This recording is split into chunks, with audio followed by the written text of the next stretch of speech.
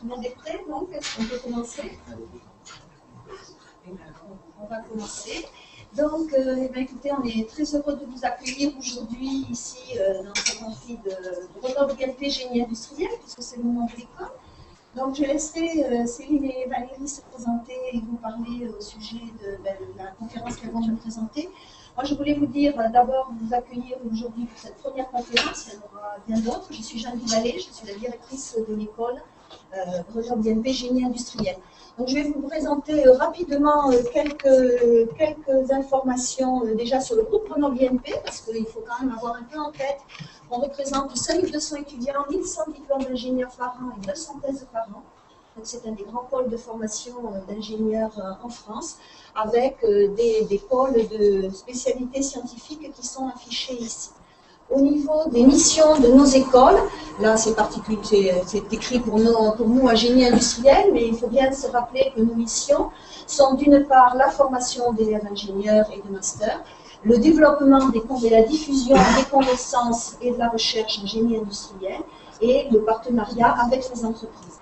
Et c'est en ayant en tête ces trois grands axes pour nos missions et nos orientations que l'on a d'un côté développé une offre de formation, donc là je vous laisserai aller voir sur le site, mais sachez qu'on a de la formation initiale, de la formation continue, on a un master recherche et on va ouvrir très prochainement un master pour étudiants internationaux en anglais. Tout ça ici sur ce site Vialet en partenariat avec nos laboratoires de recherche et la plateforme Génie. Donc notre démarche, ce qu'on a voulu faire dans ce début d'année 2012-2013, en année académique pour nous, c'est créer une dynamique entreprise-école. Donc on a pour vocation d'améliorer, d'optimiser et de former des gens capables de contribuer à l'amélioration de la performance industrielle. Donc ça doit forcément se faire en partenariat avec les entreprises. Comment on fait ça? Eh bien, on avait besoin de créer cette dynamique et en particulier, on avait des demandes de nos partenaires industriels pour être identifiés parmi nos vrais partenaires. Donc au-delà, on a un club des industriels déjà, mais pour aller un peu plus loin, on a décidé, avec une bonne écoute du côté de nos partenaires industriels, de démarrer un cercle des entreprises. Donc, cette conférence, c'est l'opportunité d'avoir des échanges entre partenaires de ce cercle. Voilà. Donc, je pense que là, il y a déjà des gens, je crois qu'il y a l'entreprise Sames, qui est donc un des premiers signataires de la charte. Voilà, et donc ce cycle de conférences, c'est l'opportunité de travailler ensemble avec des conférences qui montrent bien et qui prouvent le rapprochement entre le monde industriel et le monde académique. On a un peu tendance des fois à les opposer. Et notre ambition au cours de ces conférences est de vous montrer que non, ça travaille ensemble et ça travaille ensemble pour l'amélioration de la performance de nos entreprises. Voilà. Donc, le cercle, des relations avec nos futurs ingénieurs, des relations avec les enseignants, des relations avec les laboratoires, et puis des partages de pratiques. Si vous êtes intéressés, vous n'hésitez pas. Et à la fin de cette conférence, il y aura on partagera un verre ensemble pour le lancement de ce site. Donc, je vous laisse la parole. Ah oui, donc là, c'était la prochaine, c'est le 15 janvier. Et vous avez eu ça dans le mail en même temps que cette vidéo.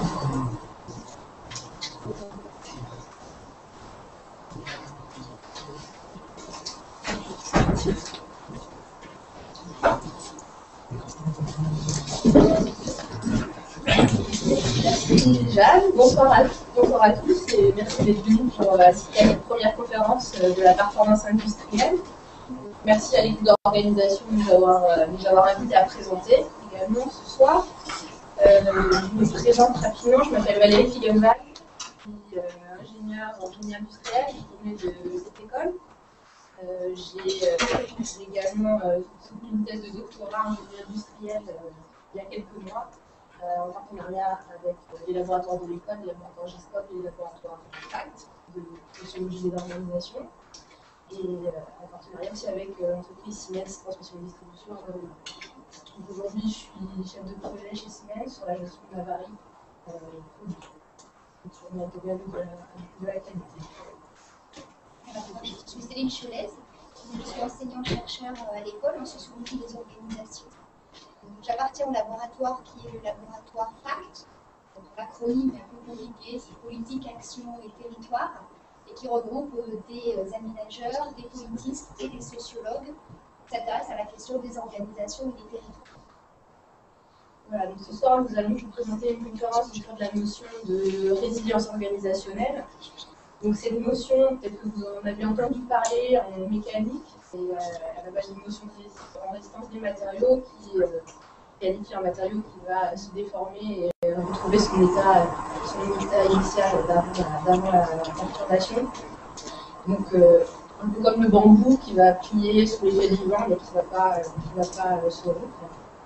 Donc ce soir, nous allons vous présenter comment cette notion a été appliquée au niveau des organisations et particulièrement dans le domaine de la qualité industrielle. Donc la présentation, elle va se dérouler en 5 parties. Tout d'abord, Céline va vous expliquer un peu plus en détail ce concept de résilience organisationnelle et comment ça a modifié les approches sur les risques. Ensuite, je vous présenterai les enjeux industriels qui nous ont amené à utiliser cette notion chez Siemens Production Distribution pour améliorer la performance du système qualité. Je vous présenterai le diagnostic du système qualité chez Siemens, les dispositifs que nous avons mis en œuvre dans ce sens.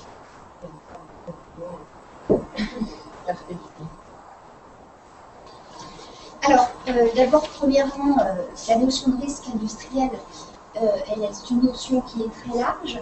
On peut dire que depuis un certain nombre d'années, on va vers une approche plutôt intégrée de la notion de risque. Pendant très longtemps, on avait des silos organisationnels avec des spécialistes des risques professionnels, même de santé au travail, etc. Et on avait des spécialistes des risques en matière de sûreté des installations et puis des spécialistes de la qualité.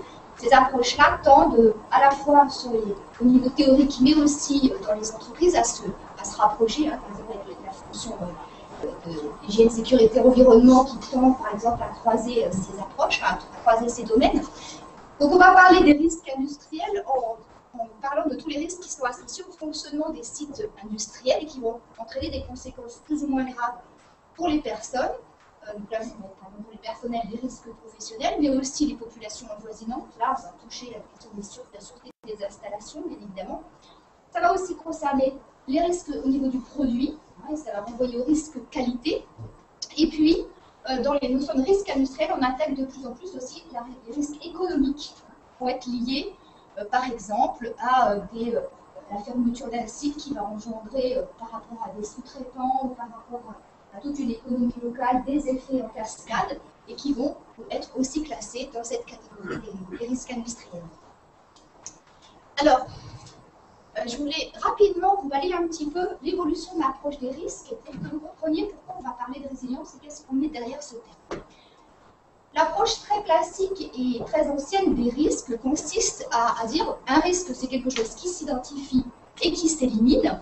Et donc, une bonne façon d'appréhender les risques, c'est une fois qu'on les a détectés, de développer des systèmes techniques pour les éliminer.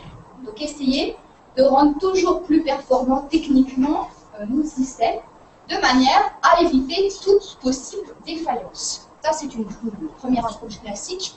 Et puis, une deuxième chose, c'est que dans cette approche des risques, l'humain a très fréquemment été perçu comme la source potentielle de l'erreur, du risque justement, dans sa mauvaise application des règles et des procédures, dans sa mauvaise utilisation des instruments, et les notions d'erreur humaine et plus tard de facteur humain renvoient à cette idée selon laquelle finalement l'homme, l'humain, est responsable ou peut être responsable des accidents ou des incidents divers. Alors, je vous dis, il y a une évolution importante dans ces approches qui ont finalement, j'ai séparé en deux les deux grands déplacements qui amènent à cette notion de résilience. Un premier déplacement concerne l'approche des risques qui, petit à petit, ont de moins en moins été vus comme quelque chose qu'il fallait absolument être éliminé, mais progressivement comme quelque chose qui faisait partie du fonctionnement des organisations,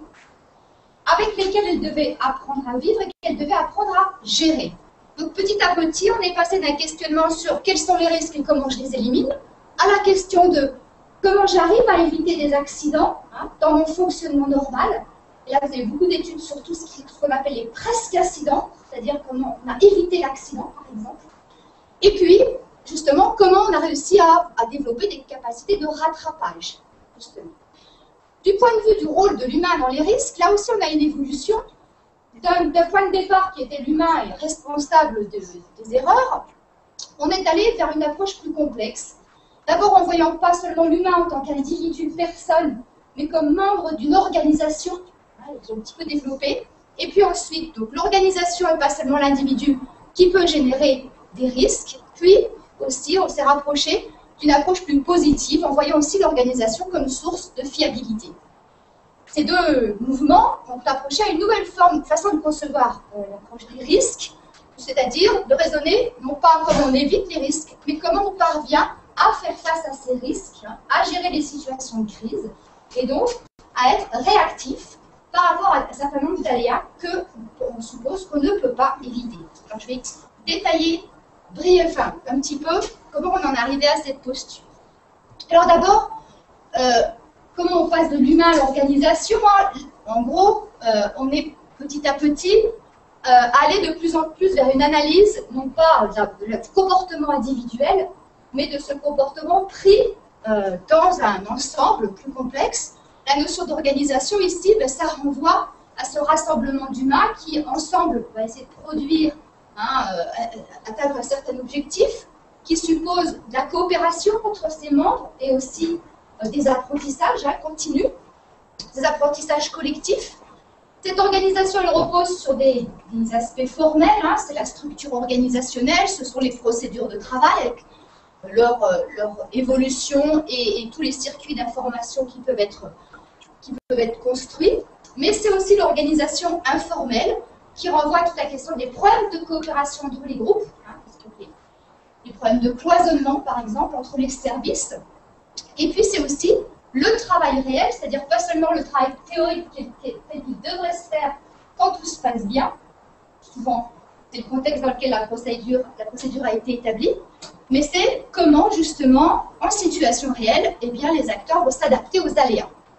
Alors, ces analyses-là, elles se sont développées dans toute une série de travaux. Je vous en citerai quelques-uns. Un premier travail, peut-être que certains connaissent, qui est le travail de Diane Vaughan, qui est une sociologue américaine qui a analysé l'accident de Challenger à partir de l'analyse de la commission d'enquête américaine qui a travaillé sur cet accident, mais aussi sur tous les documents internes de la NASA. Et elle a une perspective historique où elle montre comment, pendant 30 ans, cette organisation qu'est la NASA, qui a une culture sécuritaire très forte, voire très rigide, avec des procédures extrêmement complexes, a, dans l'activité réelle, autorisé de micro-déplacements, de micro-dérives, et c'est ce qu'elle va appeler une normalisation progressive de la déviance. Pour dire autrement, par exemple, on avait des normes tellement rigides que les acteurs ont petit à petit concédé de légères tolérances.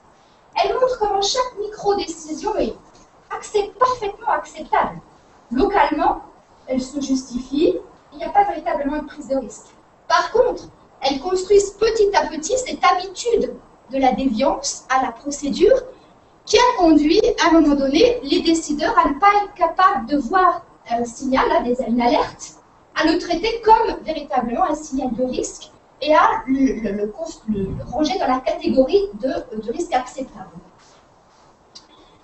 D'autres travaux, ce sont les travaux de tous les gens qu'on situe dans ce qu'on appelle le mouvement HRO, High Reliability Organization, les organisations à haute fiabilité, qui ont été insufflés par des Américains, là aussi un trio de sociologues, ingénieurs et psychologues, qui ont travaillé sur justement ces organisations qui sont des organisations à risque, les centrales nucléaires, les centres de pilotage de l'aviation, etc., qui devraient avoir des accidents graves, mais qui de fait n'en ont pas, n'en ont extrêmement rarement. Et donc ils ont décidé de prendre le contre-pied de l'approche des risques classiques qui consiste à regarder les accidents pour dire, regardons qu'est-ce qui fait que ces organisations n'ont pas d'accidents et comment elles les évitent. Donc étudier le fonctionnement, ils ont insufflé cette idée d'étudier le fonctionnement normal de l'organisation pour comprendre de cette manière le non-accident. Et ils montrent tout toute une série de qualités de ces organisations, parmi lesquelles une certaine souplesse, une culture aussi organisationnelle qui sait gérer la tension entre les objectifs de sécurité et les objectifs de productivité, on pourrait dire, une capacité à intégrer les nouveaux, une conscience collective du risque. Je ne détaillerai pas plus, mais ces travaux ont mis en avant justement comment l'organisation pouvait être source de fiabilité. Je vous parlais d'un mouvement sur les risques aussi.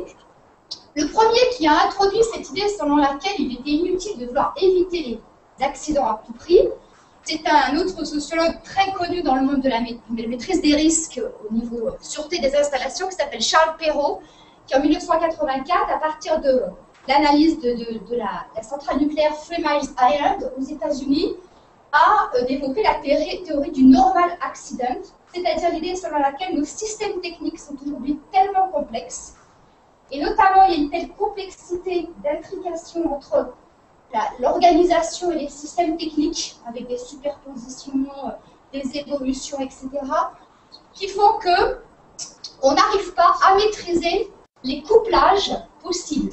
C'est-à-dire que les possibilités d'accident sont immaîtrisables, tant le système est aujourd'hui complexe. Un exemple, par exemple, une micro-décision d'achat, je change de fournisseur, qui me propose un produit qui visiblement peut paraître similaire, peut avoir des effets absolument non maîtrisés, parce qu'il suffit que le produit soit similaire, mais une légère modification en termes de produit, en termes de fonctionnement, dont on ne comprend, on ne saisit pas les impacts en termes de fonctionnalité, peut avoir des effets en cascade. On a étudié ce problème-là dans une entreprise ferroviaire, dans une autre thèse, où une décision d'achat sur un système d'allumage des wagons a eu des effets 2 ans plus tard sur le freinage, le système de freinage, par des effets de complexité technique qui n'avaient pas du tout été envisagés. Donc c'est cette idée du normal accident lié au fait que nos systèmes sont trop complexes. Et Charles Perrow a milité pendant très longtemps pour l'idée qu'il faut simplifier les systèmes. Notamment, il est à l'origine de l'idée sur laquelle les changements de référence doivent être minimum pour éviter des interactions techniques non maîtrisées, etc. Dans le nucléaire, par exemple, je crois de référence comme ça. Alors, ces travaux-là, ils ont été poursuivis plus récemment par les travaux de Carl Weick, encore un Américain, psychosociologue, qui a travaillé, lui, sur ce qu'il appelle des accidents ou des incidents cosmogoniques, c'est-à-dire, ce qu'il intéresse, c'est comment les organisations font face à des situations d'incertitude. Et notamment, il travaille sur des petites équipes. Il a travaillé sur des petites équipes dans des sous-marins, dans des centres de contrôle aériens, là aussi. Il a travaillé sur une équipe de pompiers. Et il regarde comment ces équipes réagissent face à des situations totalement inattendues. Son travail le plus connu est le travail sur l'incendie de Man Gulch, qui en 1949 aux États-Unis a quasiment décimé la totalité d'une équipe de pompiers. Il y a eu 13 morts. Et en fait, ce qu'il montre, c'est comment l'inattendu total, c'est-à-dire que face à un événement, un accident majeur, va produire ce qu'il appelle un effondrement de sens, c'est-à-dire que les gens n'arrivent plus à donner un sens à ce qui se passe. Et ils peuvent avoir des comportements totalement irrationnels parce que, justement, ils n'arrivent plus à donner du sens et à reconstruire l'ordre des choses, les rapports de coordination, les rapports de coopération. D'une certaine manière, chacun part un peu, pendant l'incendie de Man Gulch, chacun dans son sens, et le bon sens ne suffit pas à ramener les acteurs, à retrouver du sens à la situation.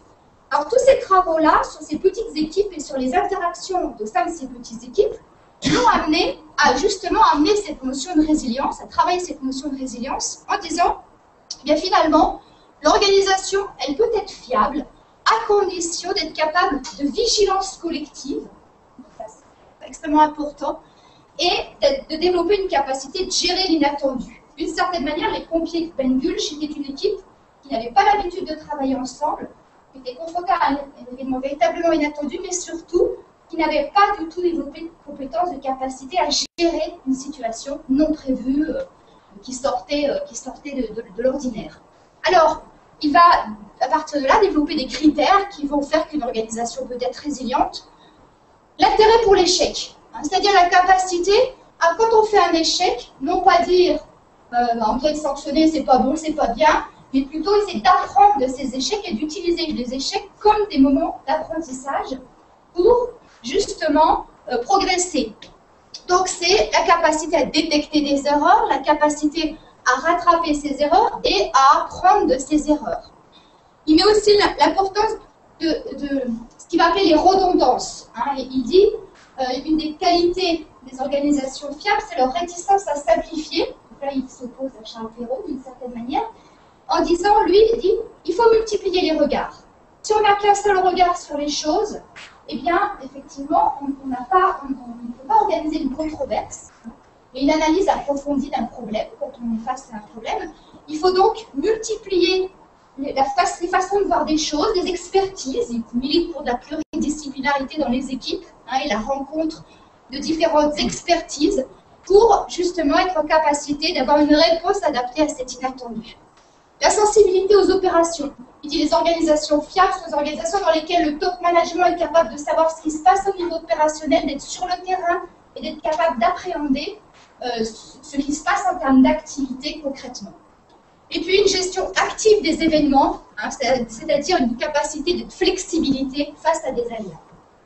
Alors, je vais terminer sur cette présentation un petit peu théorique de ce mouvement en termes d'évolution de la perception des risques, mais la notion de résilience organisationnelle telle qu'elle est définie aujourd'hui, vous avez des gens qui, en France par exemple, ont porté cette notion-là, des gens comme Olnagel, qui est au MIN de Paris, qui va développer tout ce qu'il appelle une ingénierie de la résilience. Il faut définir cette notion comme la capacité à prendre en charge les variations, les irrégularités, les perturbations, les dégradations de ce que vous rappelez le travail attendu. C'est-à-dire que par extension, on considère que analyser et comprendre, mieux maîtriser les risques passe d'abord par une compréhension de la façon dont on arrive au quotidien à gérer toutes ces situations d'imprévu, ces situations d'incertitude, et de ce que l'on va apprendre de nos propres capacités à gérer l'inattendu au quotidien, eh bien, on saura comment renforcer ces capacités pour faire face à des événements majeurs, plus graves pour l'organisation. Chez Wildavsky, vous avez la capacité to cope with unanticipated dangers after they have become manifest, learning bounce back. Donc, comme le disait Valérie, on a pris finalement de la mécanique cette idée selon laquelle une organisation résiliente est une organisation qui réussit à rebondir face à ses erreurs, à finalement non pas éliminer les aléas, mais absorber les aléas, et être capable de retrouver un fonctionnement normal, voire même un fonctionnement amélioré parce qu'on a appris à partir de ces aléas. Alors, construire la résilience de l'organisation, ça passe par le fait d'identifier les incertitudes, de renforcer les capacités de détection. Vous vous rappelez justement cette vigilance collective. Donc, il y a des travaux, notamment sur tout ce qui est comment on arrive à identifier ce qu'on appelle les signaux faibles. Souvent, beaucoup d'incidents, beaucoup de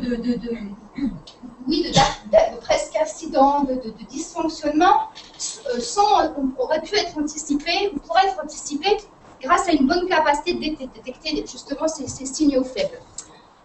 Écoutez ce qu'on appelle les lanceurs d'alerte, c'est-à-dire dans les organisations, il y a des individus qui détectent justement toute une série de dysfonctionnements qu'il est faut remonter.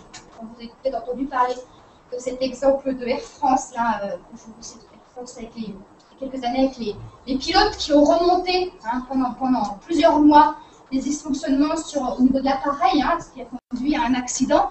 Mais là, typiquement, on est dans ces situations de travail avec Airbus, justement, sur la question des lanceurs d'alerte. Donc, dans les organisations, sur le terrain, on a des tas d'acteurs à tous les niveaux d'organisation qui détectent des choses. Comment l'organisation arrive à ce que ces détections-là remontent vers des niveaux qui permettent de l'action. Développer l'apprentissage, l'amélioration continue, l'apprentissage à travers des retours d'expérience formels et informels. Favoriser la souplesse interne et la capacité d'improvisation, ça veut dire une certaine flexibilité par rapport à la procédure, une approche pragmatique, surtout face aux aléas. Et puis, soutenir la redondance et le décloisonnement, c'est favoriser la pluridisciplinarité au sein des équipes. Valérie, maintenant, va vous parler du cas Siemens en particulier, vous montrer pourquoi, par rapport à cette entreprise, cette notion était intéressante. Je pense que maintenant on a toutes les clés théoriques pour bien comprendre la notion de résilience. Et comment est-ce qu'on va la mobiliser, comment est-ce qu'on va passer des risques de la sûreté de fonctionnement à finalement la fiabilité des systèmes qualité. Pour ce qui nous a amené finalement à nous interroger sur la résilience, à mobiliser cette notion, c'est le constat qu'on a, on est souvent confrontés à des non-conformités sur des produits qui vont ne pas être stoppés et se propager jusqu'à chez nos clients, ce qui va entraîner des rappels de produits. Les rappels de produits, ça fait partie de la vie des organisations. Donc les médias, les travaux académiques récents aussi ont beaucoup parlé de rappels de produits. On peut penser tout de suite au cas très médiatisé de Toyota en 2010, qui a rappelé plusieurs millions de véhicules suite à une conformité sur le pédale d'accélérateur. Donc ce rappel de produit a coûté plus d'1 milliard d'euros à Toyota et lui a fait perdre 6% de part de marché entre 2009 et 2010. Donc ces rappels de produits vont illustrer comment un défaut qui ne va pas être détecté va passer toutes les barrières mises en place par leur organisation pour les détecter, pour les éviter. Et il va arriver jusqu'au client, qui peut avoir des conséquences dramatiques déjà pour les utilisateurs, pour les usagers.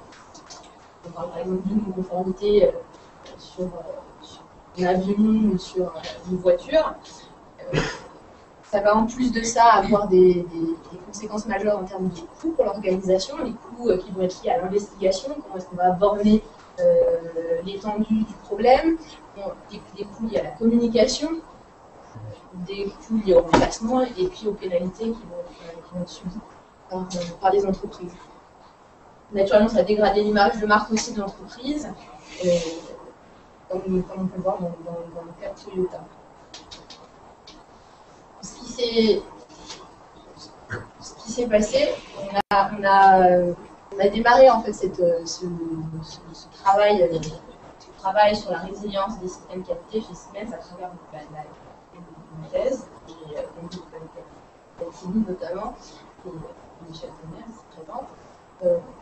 Quand on est arrivé dans l'entreprise, donc en 2009, il était régulièrement confronté à des problèmes qualité qui arrivaient chez le client, qui venaient de différentes étapes du processus de réalisation, autant de l'assemblage que de la conception, de plusieurs niveaux, et qui sont arrivés chez le client.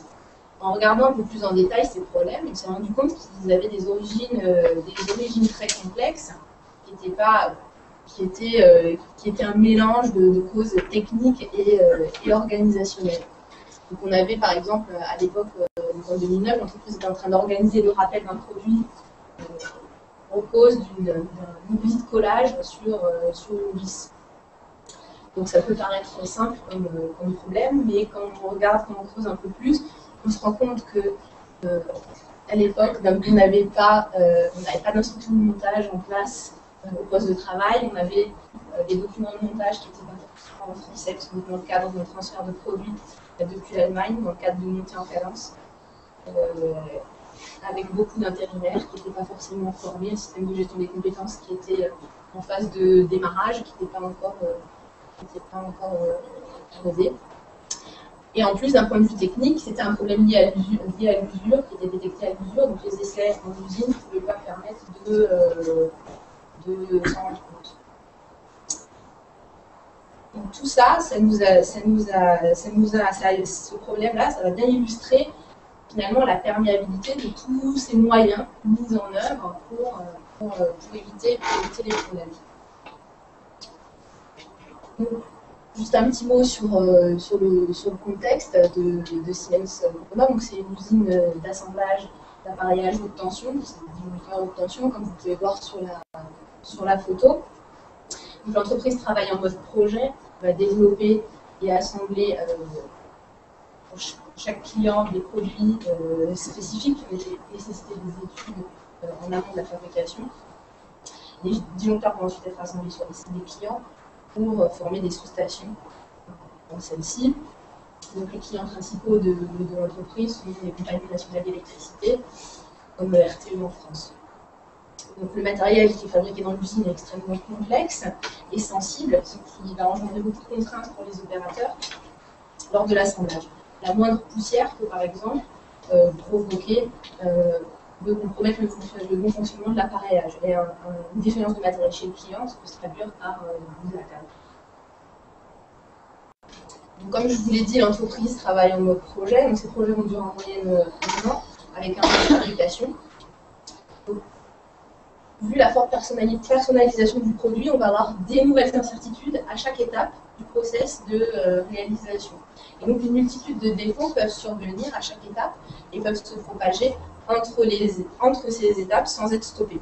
Donc, on peut très bien avoir des défauts de conception qui vont être détectés, qui vont passer à travers la fabrication, l'installation sur site et qui vont être détectés seulement chez le client à la livraison.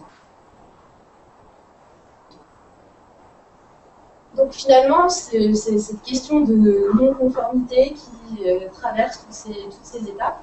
Ça nous a amené à nous interroger sur la performance du système qualité en place.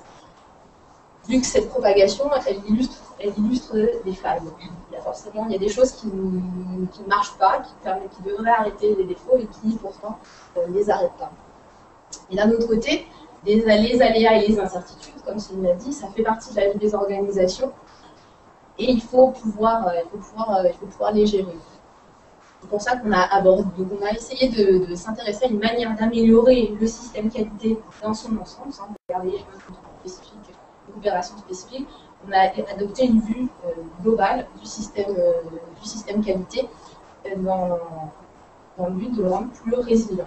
C'est-à-dire de rendre plus réactif face aux perturbations qui sont inévitables, adaptables aussi, qui vont nous permettre aussi en cas de dysfonctionnement de maintenir un fonctionnement acceptable et pas justement beaucoup de sens s'effondre au moment où on est face à un problème, face à une incertitude. Et enfin, la capacité de corriger les erreurs rapidement et d'apprendre de ces erreurs. Donc tout ça, c'est la manière dont nous avons transposé donc, cette notion de résilience dans la qualité. Voilà, donc à partir de ces différentes approches, donc on a développé une problématique interdisciplinaire justement sur la performance du système qualité. Du point de vue industriel, il y avait un intérêt justement à développer un regard interdisciplinaire sur les causes de défaillance, sur le rattrapage quotidien de ces défaillances, et sur les causes finalement de nos rattrapages de certains de ces défauts. Sur le plan théorique, pour nous, c'était l'opportunité de développer justement cette notion de résilience dans le domaine de la qualité industrielle, comme je l'ai dit. Elle a beaucoup été développée dans le domaine de la sûreté des installations. Pour nous, c'était extrêmement intéressant de la développer dans un autre domaine de risque qui était celui du risque qualité, les uns et les autres étant bien évidemment totalement liés. Donc, la question que l'on s'est posée à travers la thèse de Valérie, c'était finalement, peut-on diminuer la propagation des non-conformités en renforçant la résilience de l'organisation? Et pour cela, on a croisé des concepts, des théories qui proviennent de différents domaines académiques. Le domaine de la qualité industrielle, bien évidemment, le domaine de la sociologie des organisations, pour analyser les relations entre les acteurs, le fonctionnement réel de l'organisation, mais aussi le domaine de la gestion des risques à travers ces notions de résilience. Alors l'objectif du travail de thèse, c'était d'abord de fournir un diagnostic approfondi du système qualité existant dans sa dimension technique et dans sa dimension usage, c'est-à-dire, vous voyez, dans l'approche que je vous ai décrite plus tôt, reprendre le fonctionnement réel et comment quotidiennement sont effectivement rattrapés les aléas quotidiens. C'était aussi développer des indicateurs et des outils de mesure de cette propagation qui avaient été identifiés, développer une méthodologie pour évaluer la propagation, construire et mettre en œuvre une démarche pluridisciplinaire interne à l'entreprise, transversale, qui permette justement de gérer ces inattendus, ces aléas, d'être résilient, et du coup d'être dans une approche de conduite du changement, de développer cette culture de la résilience au sein de l'organisation. Voilà, donc pour développer donc, cette culture de la résilience et ces mécanismes de résilience, on a commencé par faire un diagnostic du système qualité existant, donc à la fois de l'organisation des fonctions qualité, des problèmes qualité et aussi des différents dispositifs qualité qui étaient mis en œuvre. Donc, au démarrage du projet, l'organisation qualité de l'entreprise reposait sur différentes entités, comme on peut le voir sur l'organigramme, qualité fournisseur, qualité ligne, qualité système, produit, projet, etc. Donc ça fait 9 entités, 25 experts qualité, avec chacun leurs fonctions, leurs outils. Par exemple, les qualiticiens de ligne sont ceux qui sont responsables des contrôles de fin de fabrication qui vont valider le produit à la fin. Donc, on a commencé par conduire des interviews des qualiticiens, mais aussi des autres acteurs de l'organisation. Et on s'est rendu compte au départ de l'image extrêmement négative qu'avaient les qualiticiens dans l'organisation.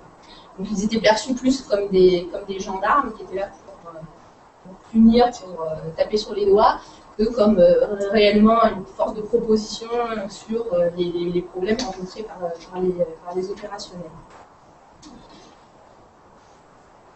Enfin, on avait également peu de coordination entre ces différentes entités qualité, ce qui entraînait un empilement de procédures, un empilement de documents qui pouvait menacer la cohérence du système global. Et donc, pour pallier la lourdeur de ce système global, on avait des acteurs, en particulier les chefs d'équipe en production, qui préfèrent gérer leurs aléas de manière autonome, par des rattrapages, des rectifications informelles, en marge des processus standards. Et donc, cette résolution informelle qui était sans information des autres et donc qui pouvait menacer la pérennité des solutions mises en œuvre. Ça, c'est pour la partie organisation qualité. Sur la partie, on s'est ensuite intéressé aux problèmes qualité que l'entreprise avait rencontrés en 2009. Donc là, on a commencé par analyser un chiffre, la quantité de rapports qualité émis sur les produits fabriqués donc, en 2009. On se rend compte qu'on a 616 rapports qualité émis avant livraison pour 420 produits à assembler. Donc ça fait plus d'une non-conformité par produit en 2009, c'était avant de quitter l'usine. En analysant plus en détail la répartition de ces problèmes, on se rend compte qu'il y a 3 origines principales qui vont ressortir. Donc un premier tiers qui va être imputé aux problèmes d'assemblage, un deuxième tiers qui va être imputé à des problèmes de conception, et on va simplifier, on va dire un troisième tiers lié aux fournisseurs. Donc des non-conformités. Ce qu'on voit ici, c'est aussi que 2 tiers des problèmes qui sont détectés finalement hors de leur département d'origine. Ça illustre encore une fois cette question de je passe le problème à mon voisin. Donc tous ces problèmes que je viens de vous décrire et qui se propagent, ça montre qu'il existe des failles dans les dispositifs qualité existants. Et donc pour étudier ce phénomène, on a mobilisé un autre concept qui est celui des barrières de protection. C'est un concept qui vient également de la sûreté de fonctionnement. Et donc dans cette perspective, la sûreté repose sur des lignes successives de défense qui vont protéger l'organisation contre les accidents, contre les aléas. Chaque barrière, elle peut comporter des failles qui sont matérialisées par les lignes sur le dessin. Et un accident ou un défaut va aboutir chez le client lorsque toutes les barrières auront été traversées, donc lorsque finalement on a un enchaînement de brèches alignées. Donc cette barrière, en fait, cette idée de barrière de protection, ça illustre bien les efforts qui sont faits par l'organisation pour éviter ce phénomène et stopper les non-conformités le plus près possible de leur endroit de leur origine. Et donc nous, ce qu'on a proposé, c'est de transposer ce concept de barrière de protection de la sûreté de fonctionnement vers la qualité industrielle. Donc, dans ce contexte, les barrières, elles peuvent être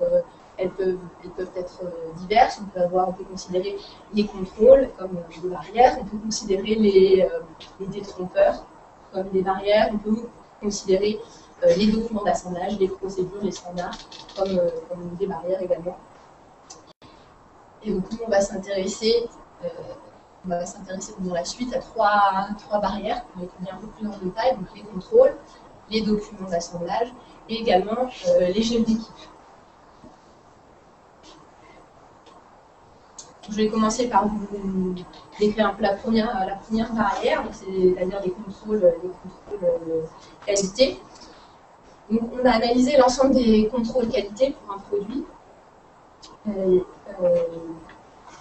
par des observations sur la ligne d'assemblage, des interviews des différentes personnes, l'analyse des rapports qualité, qui nous a permis de construire une cartographie d'ensemble de ces contrôles, qui va nous donner une vue globale du plan de contrôle et qui va nous permettre d'identifier justement les faiblesses. Donc les faiblesses, ça peut être à la fois des choses qui ne sont pas contrôlées nulle part, et des redondances, ça peut être vu aussi dans une certaine perspective comme des faiblesses. Donc, nous, ce qu'on a vu dans l'analyse de ces contrôles, les points qui nous ont permis d'expliquer finalement pourquoi ce type de contrôle avait des faiblesses. Tout d'abord, c'est de se rendre compte que le plan de contrôle pour le produit est ajusté de manière incrémentale. C'est-à-dire que pour chaque affaire, on peut avoir de nouvelles incertitudes, de nouveaux points à contrôler, donc on va empiler, on va rajouter un contrôle, on pourra le laisser pour les affaires suivantes, c'est ce qui se passe souvent. Et donc finalement, on empile, ces empilements peuvent venir de différents services, et donc finalement, personne ne s'intéresse jamais à la cohérence de l'ensemble. On a montré également que la moitié des contrôles qui sont réalisés par les opérateurs sont non formalisés. C'est-à-dire qu'on n'a aucun document qui explique comment faire ce contrôle, c'est demandé nulle part, tracé sur aucune fiche suiveuse, dans aucune procédure. Donc ces contrôles ils vont reposer sur les savoir-faire des opérateurs. Donc on est très dépendant des opérateurs. Et donc on a forcément une grande variabilité en sortie. Ça va à cause des différences de pratique. Et enfin, on s'est rendu compte également que les contrôles représentent une charge très importante dans le travail de l'opérateur. C'est-à-dire que un opérateur peut passer plus de 30% de son temps à réaliser différents contrôles formels ou moins formels chaque jour. Donc ça veut dire qu'on lui demande une vigilance, un niveau de vigilance très, très élevé, qui forcément ne peut pas être infaillible.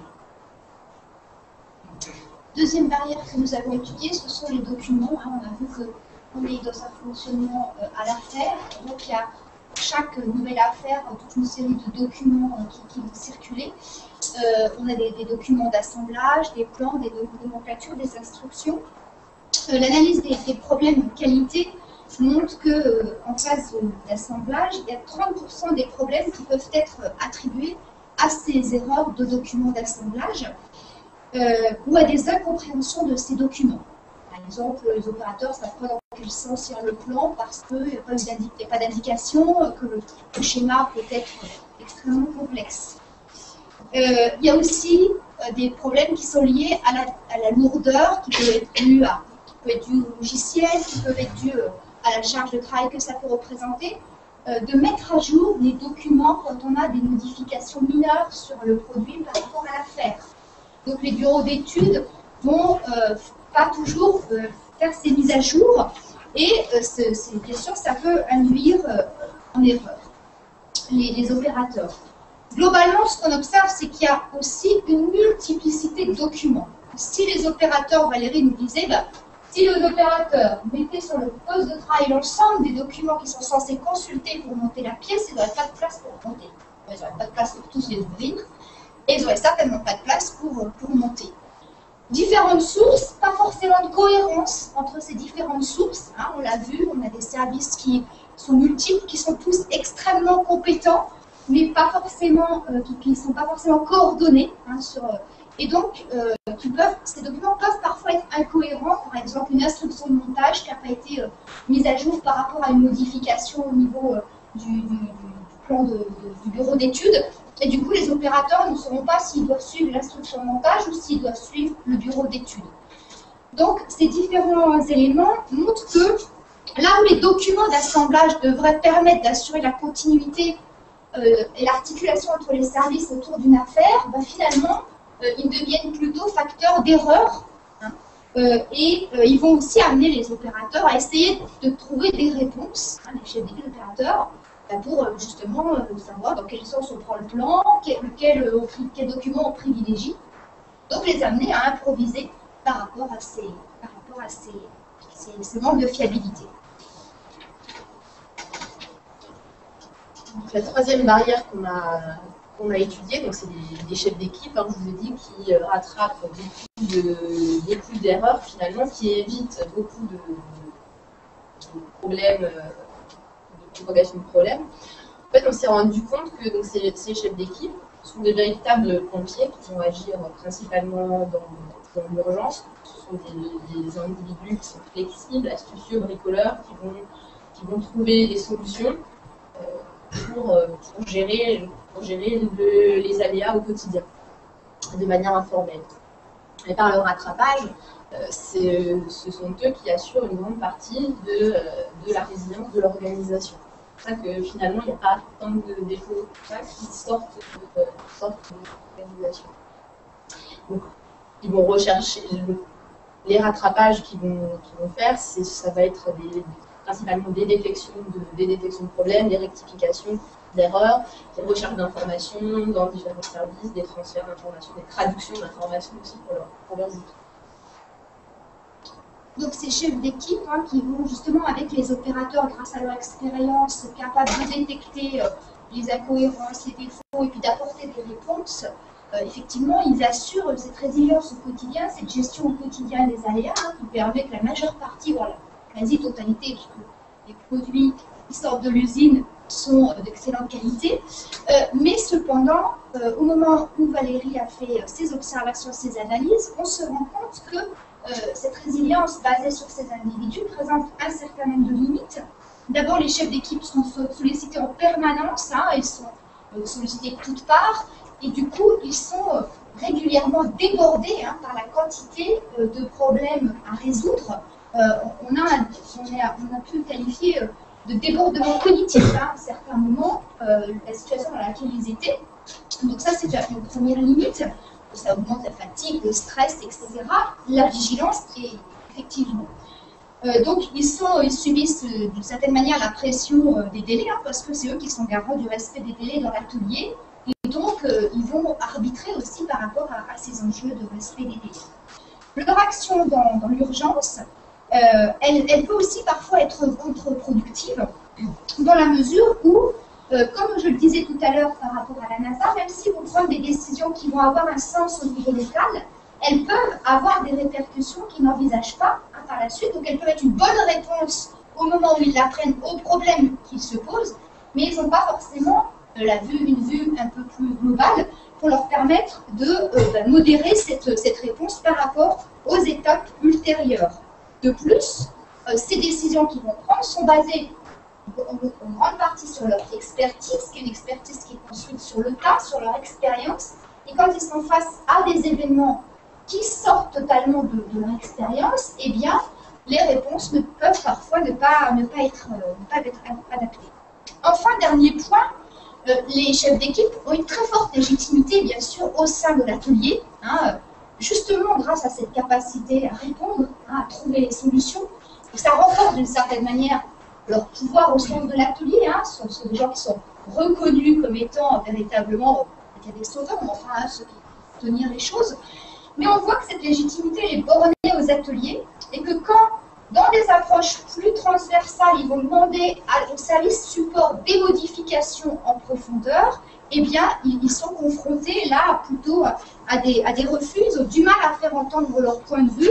On a pu entendre qualifier leur demande de modification de confort, par exemple, hein, qui vous demandaient à ce que des plans soient mis à jour. On a dit c'est extrêmement lourd, on ne va pas passer du temps à faire ça, juste pour le confort. Donc on voit que, d'une certaine manière, s'ils sont extrêmement reconnus, c'est limité à l'atelier, qui n'ont pas la possibilité d'être des acteurs porteurs d'une amélioration plus durable, hein, dans l'organisation. Voilà, donc on vient de vous présenter donc, le diagnostic du système qualité qui a été fait donc, dans l'entreprise. On vous a montré que l'entreprise était confrontée à une multitude de défauts avec des origines diverses qui se propageaient car les mécanismes de détection qui devraient les arrêter présentent des failles. Donc maintenant, je vais vous présenter les dispositifs qu'on a mis en œuvre pour limiter cette propagation, améliorer la détection. Donc, il y a deux idées principales. Il y a d'abord, on a mis en place des indicateurs et un outil de suivi de cette propagation. Et on a, dans un deuxième temps, mis en œuvre des dispositifs organisationnels issus du Lean Management pour diminuer cette propagation. Donc, le premier, donc, comme je l'ai dit, je vais commencer par vous présenter donc, les indicateurs que nous avons proposés et mis en œuvre donc, dans l'entreprise, à savoir l'indicateur de propagation et l'indicateur de perméabilité. Donc d'abord la perméabilité, on a défini la perméabilité comme le taux de problème non détecté pour un contrôle ou pour une opération donnée sur une période donnée. Et donc cette évaluation, elle peut être réalisée grâce aux données disponibles sur les problèmes qualité. L'agrégation de ces mesures de perméabilité pour chaque étape, elle va permettre de donner un indicateur de perméabilité globale de tout le système. Cette notion de perméabilité, hein, c'est la taille des trous finalement dans les différents types de protection. Donc cette notion de perméabilité, elle est liée donc à la notion de propagation des défauts qu'on a définie comme la distance parcourue par un défaut entre le moment où il est généré et le moment où il va être détecté. Donc, nous, on a choisi, comme on s'est intéressé principalement au problème en phase d'assemblage, on a choisi de calculer cette distance en nombre d'étapes dans le processus de réalisation, dans le processus d'assemblage. Mais ça pourrait très bien être le nombre d'étapes dans un processus plus macroscopique de réalisation de l'affaire. Donc, pour vous illustrer, voilà, donc on va avoir un défaut qui est détecté à une étape. Lorsqu'il est détecté, on va, par analyse des causes, remonter à son lieu de génération, et la distance, ça va simplement être le chemin parcouru par le défaut. Ce découpage, voilà, comme je vous l'ai dit, c'est fait le découpage des opérations, c'est fait au plus près du découpage industriel du processus. Chez nous, basé sur les actes. Donc, la définition de ces indicateurs, elle a été guidée d'abord par la recherche de simplicité de calcul et par l'objectif d'avoir un indicateur parlant et simple à utiliser, simple à comprendre pour les opérationnels. Donc, ce sont des indicateurs qui sont aussi macroscopiques, qui vont permettre d'évaluer la performance du système qualité dans son ensemble. Le but, les défauts qui se propagent vont mettre en évidence les failles dans le système de barrières. Et donc la propagation, elle est également liée au coût de non-qualité et au délai, du fait de la complexité des reprises qui sont organisées. Finalement, plus le défaut s'est propagé dans le processus, plus on a ajouté de valeur au produit, plus la reprise va être coûteuse et donc ces indicateurs, ils vont permettre, ils sont particulièrement adaptés donc, aux produits sur du volume comme le cas de Siemens dans lequel on a théorisé, mais pas seulement. On les a adaptés aussi après dans une autre entreprise, dans un autre site du groupe qui est sur la production de série. Ils permettent, l'intérêt principal, c'est qu'ils permettent de prendre en compte tous les types de défauts. On ne va pas regarder un type de défaut. On agrège tous les types de défauts qu'on va classer sur la même base, sur le même critère de cette distance de propagation. Donc voilà, paramètre mesuré pour chaque défaut, c'est la distance. Et donc réduire cette propagation et la perméabilité, c'est bien en phase avec les objectifs de Lean, de détection de détection à la source. Donc, je vais passer rapidement parce que le temps passe un peu vite sur les. Je ne vais pas passer du tout. Donc, ce qu'on a fait, c'est qu'on a mis en œuvre un outil pour mesurer cette distance, finalement, simplement une matrice qui va croiser les lieux de génération et de détection des défauts. On va y revenir plus tard ou en aparté si vous voulez. Donc, voilà, l'intérêt, agréger ces défauts sur une période pour donner des indicateurs macroscopiques qui vont vous montrer, qui vont pointer dans le processus les endroits perméables et donc qui vont pouvoir, qui vont permettre de diriger les actions d'amélioration des équipes qualité, des équipes méthodes sur les failles. On va mettre en œuvre les failles, ça va être un outil d'aide à la décision pour les services support pour savoir où orienter leurs actions pour limiter cette propagation. Voilà, les limites, c'est bien sûr que ces indicateurs sont relatifs, hein, ils ne vont pas prendre en compte, ils prennent en compte que les défauts qui ont été recensés, on fait l'objet de rapports qualité formels enregistrés, on ne prend pas en compte tous les rattrapages informels qui ont été réalisés au cours du process par les chefs d'équipe et les autres acteurs. On n'a pas intégré non plus la possibilité de détection à chaque étape. Mesurer le chemin, vous allez me dire sur ce chemin, finalement, est-ce que chaque étape peut détecter le défaut? Non. Mais dans un souci de vue globale et de voir où étaient les potentiels d'amélioration, on n'a pas pris en compte cette possibilité de détectabilité. Parce qu'on se dit, si on se rend compte qu'on est vraiment perméable à cet endroit, on pourra toujours rajouter on pourra trouver un moyen pour détecter. Voilà, on n'a pas pondéré non plus l'indicateur sur pour la localisation dans le process. On pourrait, pour être une amélioration, dire qu'un défaut qui est généré en fin de process est plus grave dans le sens où il a plus de chances de sortir. C'est des développements qui pourraient être plus par la suite. Voilà, donc je préfère qu'on regarde un peu plus les outils finalement qu'on a mis en œuvre, les outils issus du Lean qu'on a mis en œuvre pour améliorer la résilience de l'organisation. Donc l'idée c'était vraiment de se servir de la démarche Lean qui était en œuvre dans l'entreprise comme un vecteur d'articulation entre les différents services et de décloisonnement aussi des services. Un autre objectif, c'était de fiabiliser la résilience. On a dit qu'elle reposait essentiellement sur des individus, et la fiabiliser en la déplaçant finalement des individus vers des mécanismes organisationnels plus fiables. Et donc, les outils qu'on a mobilisés, ça va être tout d'abord les formations, ensuite le management terrain et enfin les groupes de travail interdisciplinaires. Donc les formations Lean, par exemple, comme l'a dit Valérie, on a profité de la mise en place du Lean Management sur le site de Grenoble pour développer cette culture de la résilience.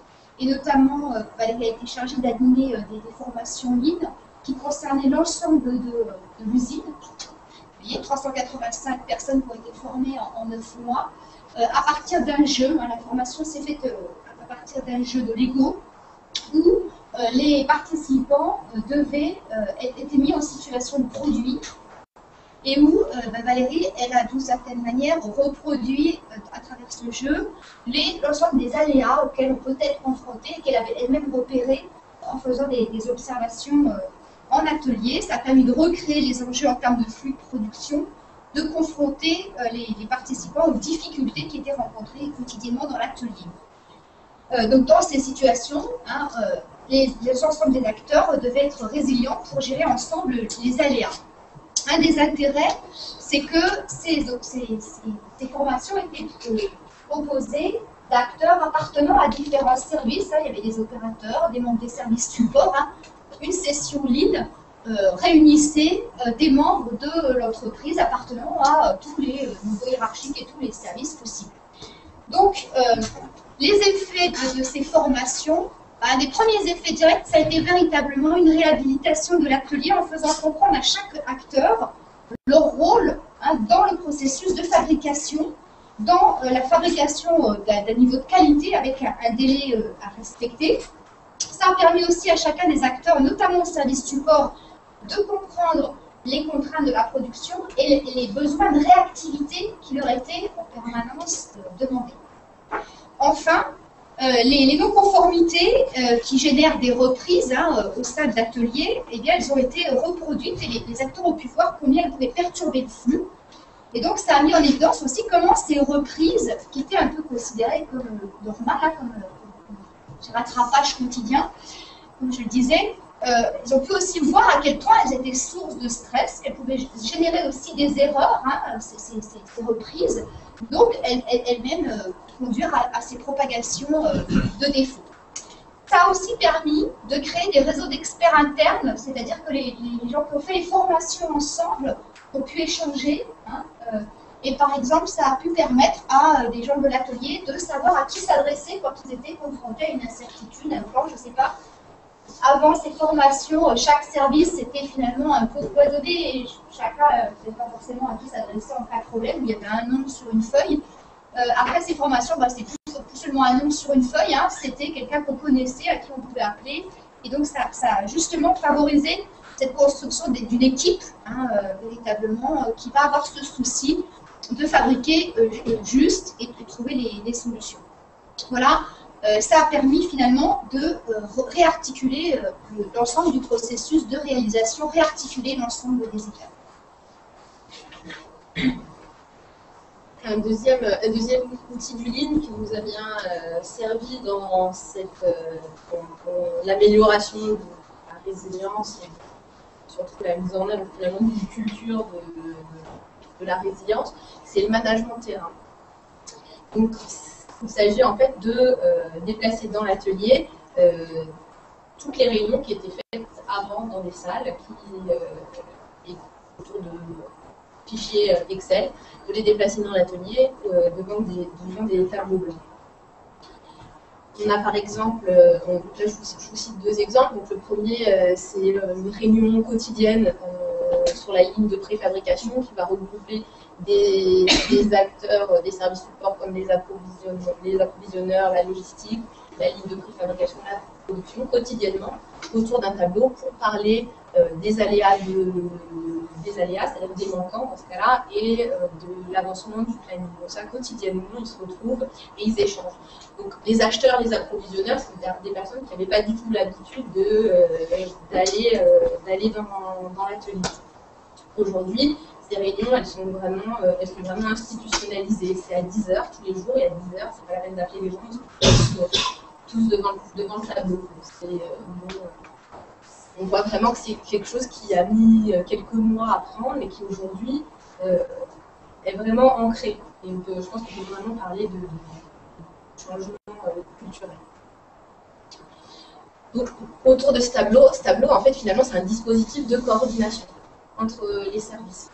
Et qu'on peut considérer comme un objet frontière, un objet qui va être sur la frontière entre les différents services et qui va permettre aux gens d'échanger, d'avoir une information qui est fiable, parce qu'elle est là pour tout le monde, elle est visible. Elle n'est pas dupliquée dans des fichiers Excel qui sont propres à chacun. Donc ça, c'est un exemple. Un deuxième exemple concernant la qualité, on avait des réunions qualité hebdomadaires en salle, avec les qualiticiens, les services techniques industriels, méthodes, les responsables de production. Elle durait 3 heures par semaine en salle, donc tous les jeudis matin, 9h midi, c'était réunion qualité. C'était pas extrêmement efficace, il y avait au moins 500 lignes ouvertes dans le tableau Excel. Donc on a transposé ce tableau Excel sur un tableau blanc, et on a dit on garde plus 15 lignes. Le reste, ce qui n'est pas soldé, qui traîne depuis un an, qui n'est pas soldé, on a enlevé, on est reparti d'un tableau blanc. Et aujourd'hui, c'est des réunions hebdomadaires qui durent 15 minutes. Donc les gens sont debout devant le tableau, ça accélère aussi les choses. On est passé, on a gagné en visibilité parce que le tableau il reste aussi dans l'atelier. Les opérateurs, tout le monde peut voir finalement les problèmes en cours, qui est en charge de les traiter et et depuis quand le problème est là, et pouvoir relancer les gens qui vont passer. En fait, le problème là, il en est. Plus de communication, et puis c'est une méthode. Le tableau, la structure du tableau, c'est une structure de plan d'action, qui, quand, quoi, etc. Donc on met aussi de la structure, on structure les échanges, on structure la coordination. C'est plus des mails ou des coups de téléphone qui sont pas tracés. Un troisième et dernier dispositif qu'on a mis en place, dont je vais vous parler, ce sont les groupes de travail interdisciplinaires. Donc là, il s'agissait de réunir toujours cet objectif de pluridisciplinarité des acteurs appartenant à différents services autour de problèmes récurrents ou de problèmes majeurs. On a parlé des documents d'assemblage, des problèmes de serrage qui à un moment donné étaient des problèmes récurrents. Et donc l'objectif de ces groupes de travail, c'était justement de travailler ensemble en décloisonnement la résolution de problèmes. Donc les groupes de travail ont fonctionné sur des périodes qui pouvaient aller de 2 à 9 mois. Et qui ont permis à la fois de travailler sur des problèmes récurrents, mais aussi d'accompagner des changements organisationnels, notamment la fusion de lignes de produits. Alors, une des contributions, ça a été vraiment de développer là aussi, finalement, le sentiment d'avoir un objectif commun pour tous les services. Par exemple, ça a amené les services support à se réorganiser. Alors ça, plus les formations en ligne, on peut dire que les deux ont contribué à se réorganiser de manière, ils étaient spécialisés sur les produits. Ils se sont organisés pour avoir plus de polyvalence avec une sorte de SAV, enfin en tout cas une permanence à tourner. Et donc ils tournent pour qu'il y en ait toujours un qui soit capable de répondre à une demande de l'atelier quand elle peut arriver. Donc ça renvoie bien à cette logique de réactivité. Donc il y a eu des véritables progrès dans cette construction d'une culture là aussi de la réactivité. En revanche, on a eu des résultats plus mitigés sur une chose qui nous tenait à cœur, qui était les problèmes de documents, les problèmes documentaires dont on a parlé, où là, aucun des différents métiers n'a voulu abandonner. On avait au départ pour projet d'avoir un document unique sur le poste de travail, et donc ça a été un vœu qu'on a abandonné, chaque métier étant très attaché à son document, et là ça renvoie au lien qu'il y a aussi entre le document et l'identité professionnelle. Il y a des enjeux très très forts qui étaient liés à ces documents, et dans le cadre de ces groupes, on n'a pas pu dépasser ces très fortes attaches qu'après chaque métier défendait vis-à-vis de son document. Alors les principaux résultats de ces dispositifs, ils ont plusieurs aspects. Donc, vous dire, on a utilisé une ligne comme support à la résilience organisationnelle. On l'a dit, ça a permis de réhabiliter l'atelier aux yeux des services support. Ça a aussi redynamisé la participation des opérateurs à l'amélioration continue, là aussi, par le fait que les animations, les résolutions de problèmes sont dans l'atelier, l'ensemble des acteurs sont présents, et il y a un collectif qui va prendre en charge ces aléas. Et ça a favorisé une résolution pluridisciplinaire structurée des problèmes.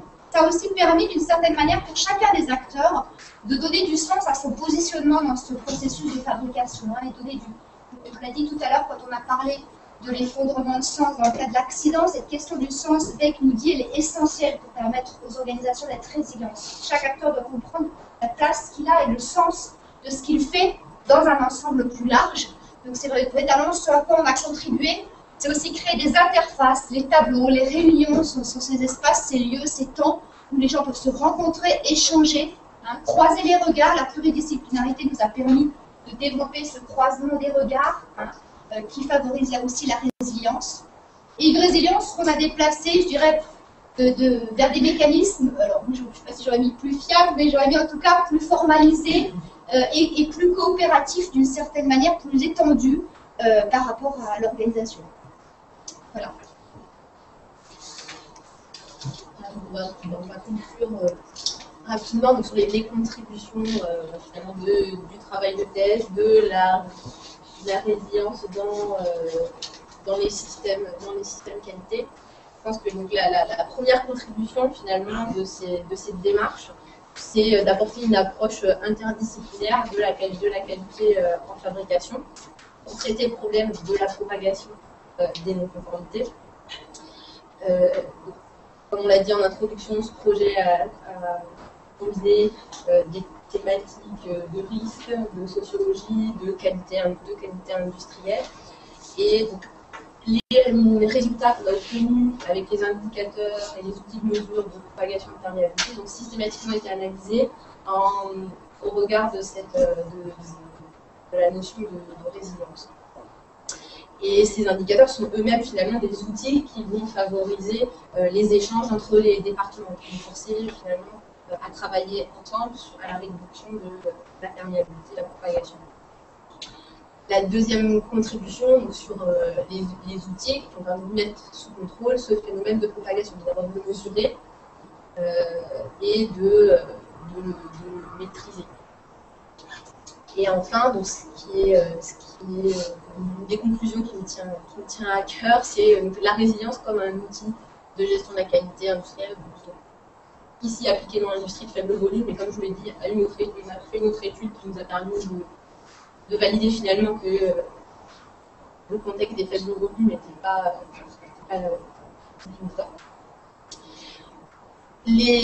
cette notion de résilience, elle est particulièrement adaptée dans la gestion de la qualité, dans des contextes avec des incertitudes élevées, des contextes, des situations qu'on a appelées normalement perturbées, c'est-à-dire que quotidiennement on a des aléas.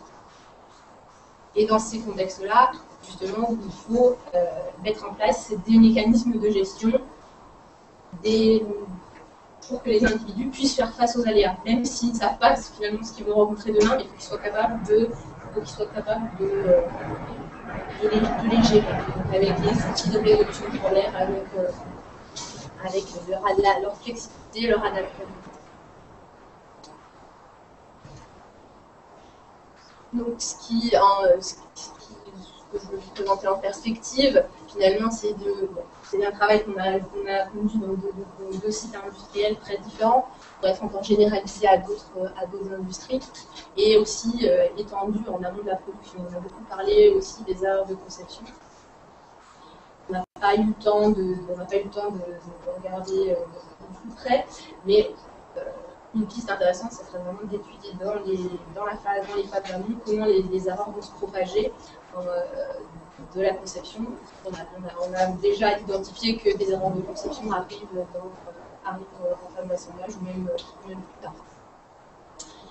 Et après, naturellement, ces dispositifs organisationnels peuvent être approfondis aussi. Résilience et qualité industrielle, c'est quelque chose qui est relativement nouveau. Hein. C'est pas l'utilisation habituelle jusqu'à présent, c'est vraiment une notion de sûreté de fonctionnement. Donc ça mériterait aussi d'autres travaux. Après, il y a des travaux aussi qu'on pourrait regarder sur les limites finalement de cette résilience et les risques que ça entraîne pour les individus comme pour les chefs d'équipe, les risques de survigilance, de débordement. Et enfin, les documents, on a vu aussi que les documents qui circulent entre les services et qui sont censés jouer le rôle d'objet frontière échouent dans cette fonction d'objet frontière. Donc, il serait aussi intéressant de regarder dans une approche interdisciplinaire finalement pourquoi ces objets échouent et comment est-ce qu'on peut les rendre véritablement différents entre objets frontières. Là, alors, si je reviens aussi sur la notion de résilience à partir du cadre, en termes de retour académique, ce travail a permis de voir par rapport à la question des risques, notamment des risques en qualité, mais sur des constats qu'on a aussi sur les autres types de risques. On voit comment les organisations qui sont très cloisonnées peuvent être fragiles par rapport à la gestion de ces différents aléas, particulièrement quand elles sont des phases d'intensification productive. Au moment où on a travaillé chez Siemens, c'était aussi une phase où on avait des montées en production très fortes et puis énormément d'innovation de produits, donc des produits nouveaux, beaucoup d'affaires différentes qui étaient à gérer en même temps. Donc on voit cette fragilité. Valérie a parlé des objets qui deviennent des pièges. Ça c'est aussi une chose qui est importante, le rôle des objets dans cette résilience ou non-résilience. On a travaillé aussi les choses sur lesquelles on a publié, c'est sur finalement la fragilité. En gros, il y a beaucoup de travaux sur la résilience qui justement valorisent la flexibilité, l'improvisation. On a montré aussi qu'il y avait une limite à cette improvisation, cette flexibilité, quand elle repose sur une catégorie d'acteurs qui est en situation de pression et qui peut même amener à une illusion de résilience, c'est-à-dire qu'on va avoir le sentiment de maîtriser les aléas, les incertitudes, mais en réalité on les maîtrise jusqu'à un certain point, et ça peut empêcher l'organisation de prendre en charge ces dysfonctionnements. Et puis une chose aussi, c'est que une grande partie de la littérature, enfin une partie de la littérature sur les risques et sur la gestion des aléas, des dysfonctionnements, soit elle regarde les dysfonctionnements quotidiens et la façon dont les gens les gèrent, soit elle regarde l'accident, la véritable crise.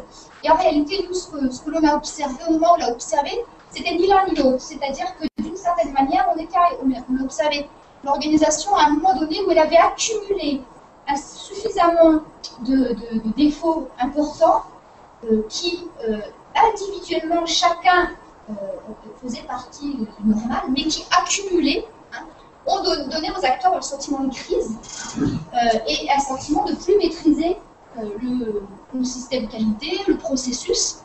Et donc, d'une certaine manière, la création d'une crise par une accumulation de ces dysfonctionnements normaux qui vont petit à petit donner ce sentiment de perte de contrôle. Merci de votre attention.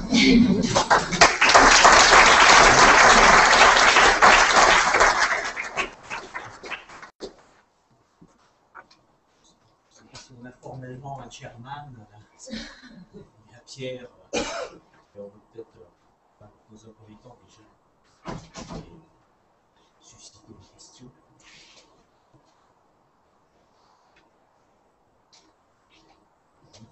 Si vous pouviez vous présenter, peut-être. Je suis Julien Huin, je suis issu également de génie industriel, en formation continue avec les sécurités et la première connaissance. Je suis aujourd'hui responsable maintenant sur le site de Grenoble qui est Hutchinson. La question que j'ai, c'est par rapport à plus sur l'aspect sociologique, notamment sur les chefs d'équipe, qui aujourd'hui doivent se sentir peut-être un petit peu moins utiles dans l'organisation. Est-ce qu'ils n'ont pas fait une réticence au changement pour se dire, aujourd'hui je suis pompier, je trouve peut-être un intérêt, je peux quelque part valoriser. Pourquoi je ferais changer? Parce que du coup, on va m'enlever mon pouvoir auprès d'un truc. C'est la question que je me pose sur rapport. Alors effectivement, c'est ce qu'on a dit, le mode pompier dans l'urgence, c'est quelque part c'est valorisant et ça donne une légitimité au chef d'équipe dans son atelier au niveau des opérateurs. Et ce qu'on a vu aussi en arrivant, c'est que les chefs d'équipe étaient vraiment très fatigués aussi de cette situation. Là, la fatigue et le débordement avaient vraiment pris le pas finalement sur la reconnaissance qu'ils pouvaient avoir. D'autant que cette reconnaissance, elle était vraiment bornée à l'atelier. Et au niveau des services supports, se heurtait vraiment à des murs. Il y avait besoin d'une médiation, il y avait besoin de pouvoir faire tomber ces murs, et c'est ça qu'on a essayé de faire par ces dispositifs. Et en les impliquant dans la création de ces dispositifs, on a aussi limité leur réticence. Évidemment, au départ, ça a été réticence. C'est inévitable dans tout projet de changement. Mais après, c'est les premiers pas, mettre en place des choses, les construire avec eux, les tester, les faire évoluer. Surtout, il n'y a rien n'est figé. Au lieu de dire au départ, c'est pas figé, on sait qu'on va améliorer dans le temps. On n'est pas passé du jour au lendemain de 3 heures de réunion à 15 minutes. Ça a été progressif. Le tableau il a évolué. Les mécanismes ont évolué et on les a fait évoluer, ensemble. Donc, dans ce sens-là, ça s'est plutôt bien passé. Oui, alors, pas du tout par rapport à ça. On l'avait envisagé. Mais comme le dit Valérie, effectivement, alors déjà, il y avait aussi une accumulation de dysfonctionnements qui eux-mêmes les rendaient inquiets par rapport à leur capacité à être ces pompiers, premièrement. Deuxièmement, effectivement, ils étaient totalement conscients de leur absence de légitimité. Ça crée beaucoup à la fois de frustration, cumulée avec le débordement dans lequel ils étaient. On a plutôt contribué à leur redonner de la motivation. Et puis, voilà, Ah oui, ouais, c'est ça. En tout cas, il y avait une grande fatigue. Une grande fatigue, Très lassitude. Juste une question rapide, donc je voulais refuter, je suis chef de projet chez Corrège, c'est une boîte de conseil sur Lyon. Sur votre conduite du changement, justement, vous avez utilisé quelle stratégie? Est-ce que vous aviez un pilote et après vous avez déployé sur l'ensemble du site, ou est-ce que vous avez fait sur le site d'un coup en mode on change d'interrupteur et on passe d'une façon A ou façon B? Et est-ce que ça, derrière, ça va être aussi étendu sur l'ensemble des sites Siemens? Alors à la base, le projet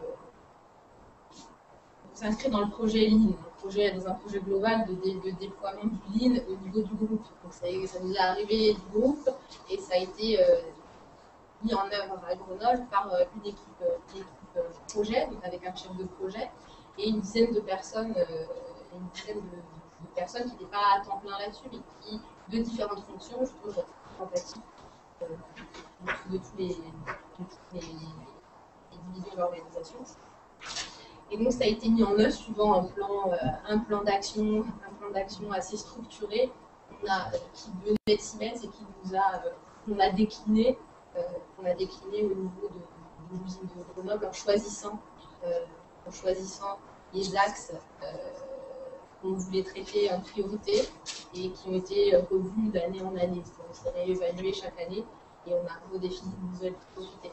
Mais l'idée, c'était vraiment d'avoir un rouleau compresseur et d'appliquer partout. C'est-à-dire que le lead, c'est le lean, c'est-à-dire on ne va pas traiter la production, juste la production. Et c'est pour ça que les formations de lean, tout le monde a participé aux formations, que ce soit la R&D, les achats, la production. Donc l'idée, c'était vraiment un projet d'entreprise qui était déployé à grande échelle et qui devait concerner tout le monde en même temps, avec différentes priorités. Par exemple, on a attendu la deuxième année pour démarrer les démarches Lean dans les processus administratifs. On l'a fait aussi. On a priorisé. Mais l'idée, c'était quand même de toucher tout le monde. Pas que, justement, on ait des métiers qui se sentent exclus. Voilà, il y a besoin de tous les métiers pour que ça. Après, sur le plan du travail de Valérie, c'est quand même tout l'avantage d'une thèse aussi. C'est-à-dire qu'elle a été immergée dans le contexte de l'entreprise pendant 3 ans. Elle a par exemple fait une première étape d'immersion en atelier où elle a passé un mois à monter les opérateurs, etc. Voilà, elle a circulé sur les différents services et une grande partie des solutions ont été progressivement mises en place. C'est incrusté dans l'organisation, on a utilisé les formations en ligne, etc. L'idée, ce n'est pas d'apporter un truc complètement différent, nouveau, etc., mais d'accompagner ces changements-là, justement en profitant de ce qui existait, des opportunités. C'est oui, il y a Marquette, je suis chef de programme à RDP. Donc à la fois des projets ou des produits qui sont monoproduits, et des projets qui sont notamment pour le charge, un fort en web. Vous différenciez votre approche de la produit parce que finalement, votre présentation, vous utilisez les mêmes outils et on est nous-mêmes en train de mettre en place d'utiliser sur certains programmes comme le lead et de confronter aux problèmes. Rassurant quelque part des autres entreprises dans le problème. Et la question, c'est effectivement, si vous deviez caractériser ce que vous apportez en plus du lead, ou vous différenciez du lead, comment vous caractérisez? On aperçoit la distinction. Ce que j'ai essayé de vous dire, c'est qu'on a utilisé le Lean comme un vecteur justement de la résilience. On a voulu utiliser des mécanismes du Lean, de management terrain, de formation, etc., de résolution de problèmes, des outils qui sont les outils Lean, pour mettre en œuvre cette résilience. C'était vraiment un moyen de la mettre en œuvre. ce qu'on va voir également, c'est qu'il y a différentes façons d'être le livre. Donc, ça peut, et dans certains cas, on peut être complètement en contradiction avec ce qu'on vous a dit. Après, ça a orienté la façon dont on a mis en œuvre les dispositifs. Il y a énormément de débats finalement autour du livre dans le milieu académique. Du moins, finalement, on théorise plus sur les effets négatifs du livre que sur ses effets positifs. Et ça, c'est vraiment lié à la façon dont ça va être mis en œuvre. Et l'adaptation qui va être faite au contexte industriel. Donc, c'est plus à voir comme quelque chose à avoir en tête quand on met en place ce que l'on peut faire avec discernement Je rajouter un mot. Valérie, elle a eu ses essais d'opportunité. Je pense qu'elle a aussi bien adhéré à la philosophie du livre, qu'elle a porté un peu son sujet. Et d'une certaine manière, quand vous découvrez les appuis de la résilience, c'est des choses qui sont très contradictoires avec cette façon de lire, la simplification, par exemple. Elle peut être identifiée chez les spécialistes du risque comme véritablement quelque chose d'extrêmement problématique. Et donc, je pense que Valérie, elle a vraiment utilisé toute la partie management, amélioration continue pour ce volet-là du lean, et pas la totalité de c'est plutôt, je dirais. C'est effectivement un déploiement du lean, je dirais. J'étais avant chez Safran, mon chef. Il y a eu une grosse démarche justement de déploiement de ligne, sur l'amélioration continue, il y a exactement les chantiers synthèse sur le terrain, et c'est vrai que c'est exactement l'approche que vous avez proposée.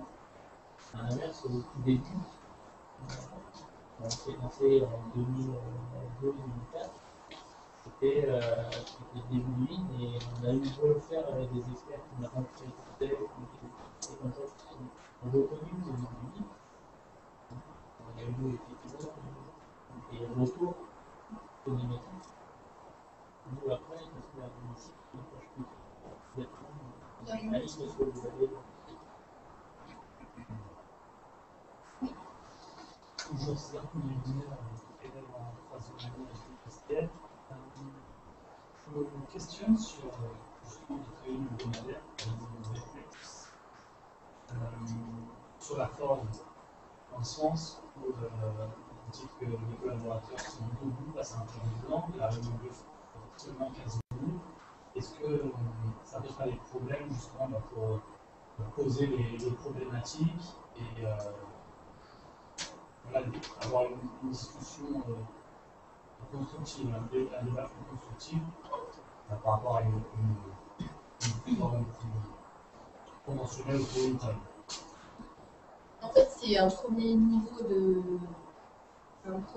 de problème. On a sur ces tableaux des problèmes, les aléas quotidiens qui vont pas être bloquants pour la production, qui vont pas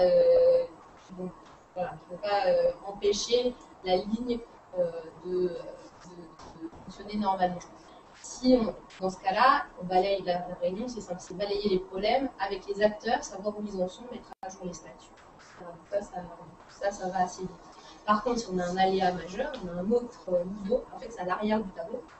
On retourne le tableau et à l'arrière on a la méthode de résolution de problèmes structurée. Type 8D, ça va être un 5D, on va définir le problème, chercher les causes avec un Nishikawa, tout ça c'est gravé dans le tableau, si vous voulez, on a la structure sur le tableau, la recherche de solutions et tout ça. Et donc ça se fait pas en 15 minutes. Si on a un aléa majeur, c'est pareil, tout le monde devant le tableau, et là ça peut durer plus longtemps. Par contre, après le fait d'être debout, je pense pas du tout que ce soit un problème, et au contraire, être devant l'intérêt d'être dans l'atelier, c'est d'être devant le problème. C'est-à-dire si on a un problème majeur, on fait une réunion de crise, on est devant le problème. On n'est pas dans la salle, dans l'atelier, on peut prendre les pièces, on peut les regarder, on peut regarder l'outillage, on va pas pouvoir déplacer dans l'atelier. Donc ça, c'est vraiment l'intérêt, c'est d'être sur le terrain, d'être pas interpréter pour être sûr qu'aussi tous les gens qui sont là parlent bien de la même chose, qu'on se comprenne. Donc voilà. Donc, il n'y a pas de...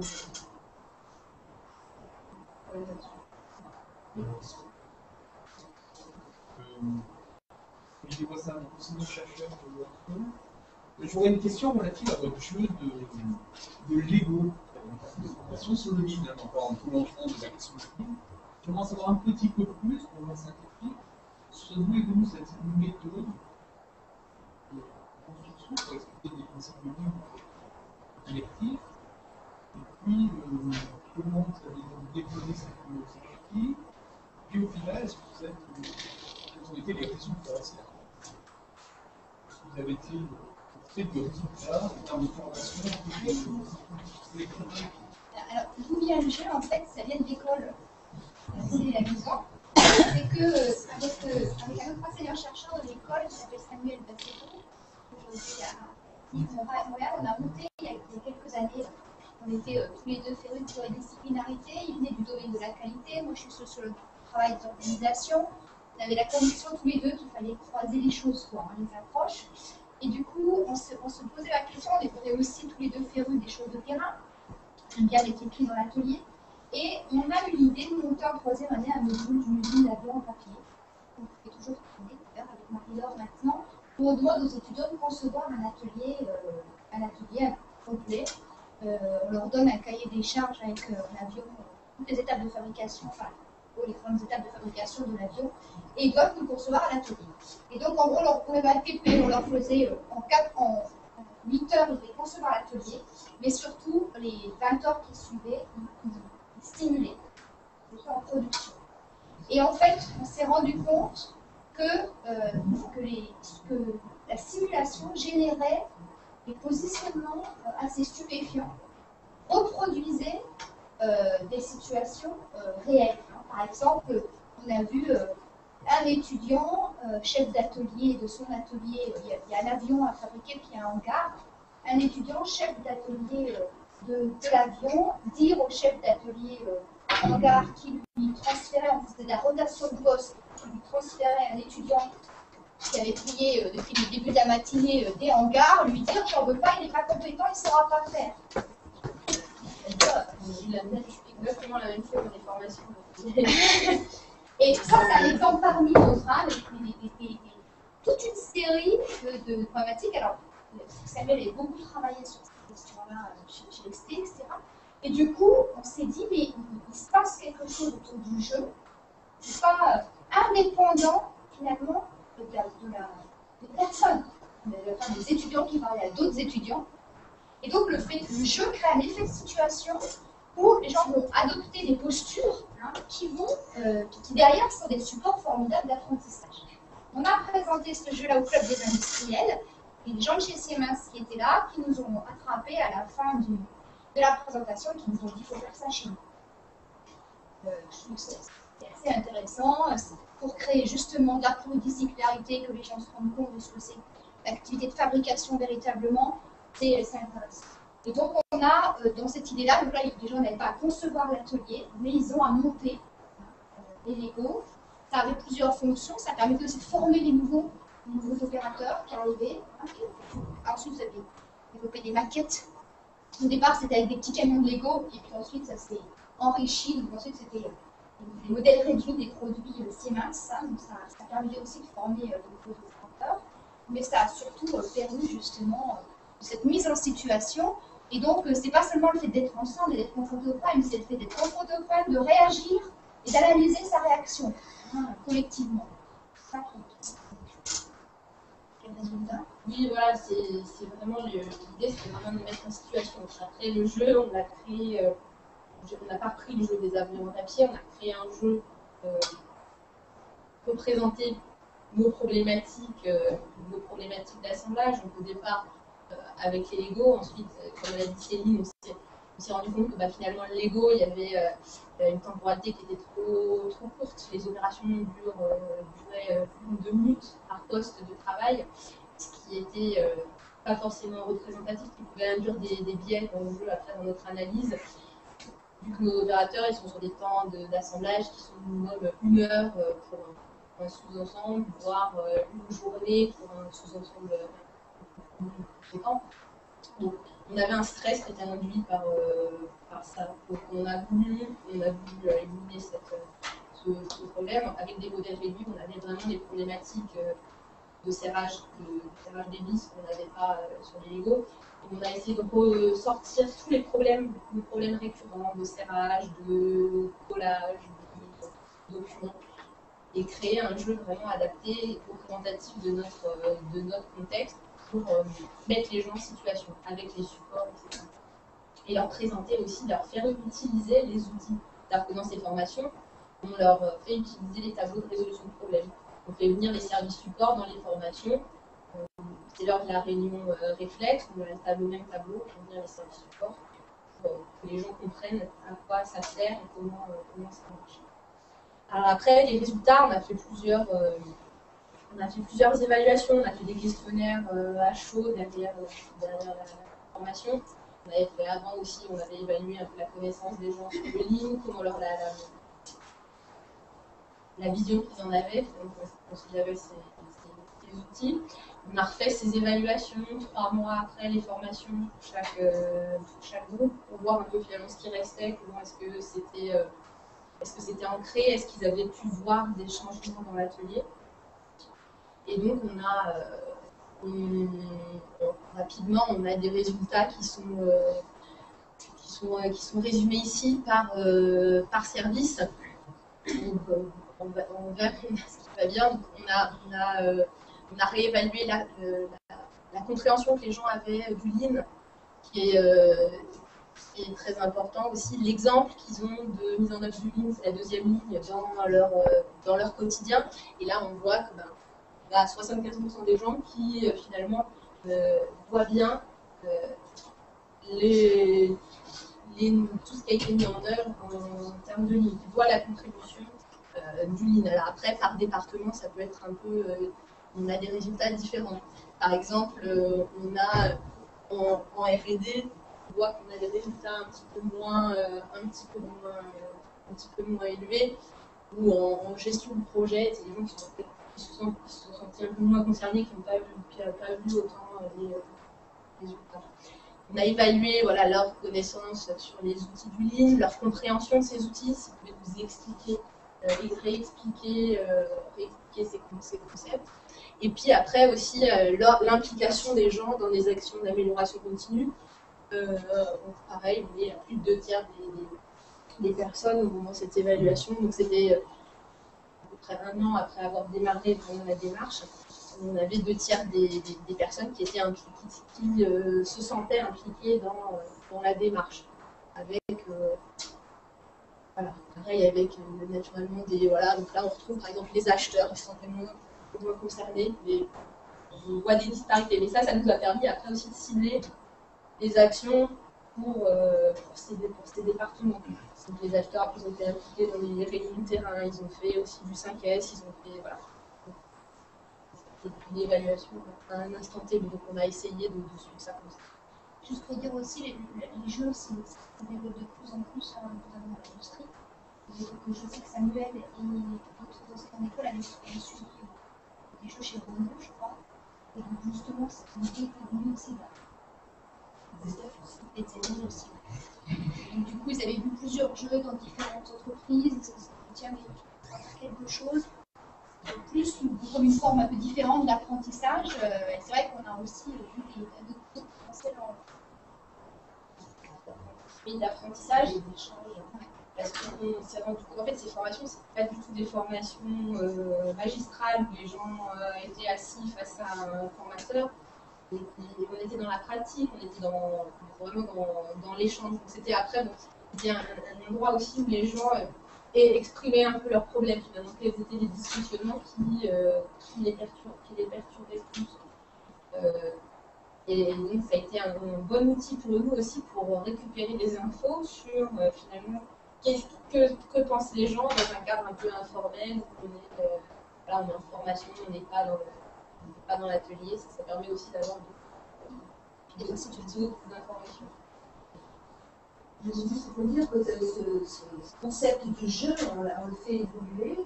Et à partir de l'année prochaine, on va avoir une Lean School ici à l'école, justement, avec des espaces de simulation, de mise en situation, de façon à pouvoir former nos élèves et puis aussi accueillir des formations externes et faire profiter de notre ingénierie, de nos travaux en l'école pour une Lean School à on n'utilise pas toujours d'ailleurs le terme de jeu par différentes façons, de simulation participative. Donc,